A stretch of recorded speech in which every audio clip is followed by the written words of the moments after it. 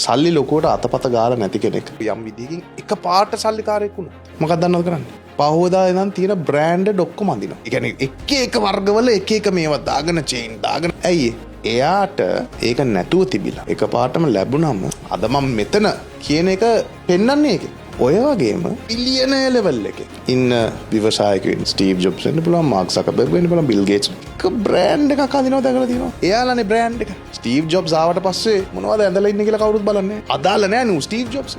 ඒත් Elon Musk මෙතනට ආවොත් මොකද්ද උගේ අතේ තිබ්බ ඔල්ලෝසු කියලා අපි බලනවා. නොදන්න එකෙක් ආවොත් උගේ මොච්චක් දාලා බලලා මොකෙන්ද?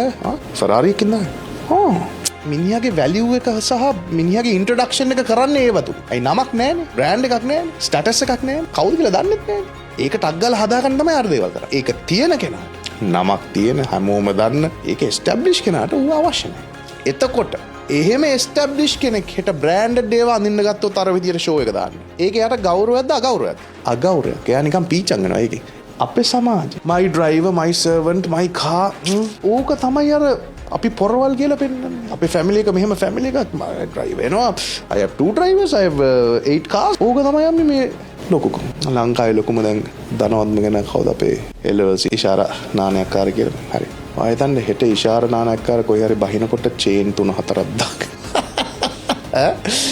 තොල්ලොස් ධර්මස්. අර හිප් හොප් ස්ටාර් කෙනෙක් වගේ බැස්සොත් නිකන් වත්කම පෙන්නන්නේ. ගැලපෙනවද? හැබැයි පොඩි පෝලෝ ටී-ෂර්ට් එකකුයි කලසමුයි ගාගෙන බැස්සොත් මචං මාර නිහතමානීනේ. ඒක තමයි රෙස්පෙක්ට් එක. මිනිහා හිට ඇවිල්ලා Uber එකකින් බැස්සත් ඒක වැදගත්.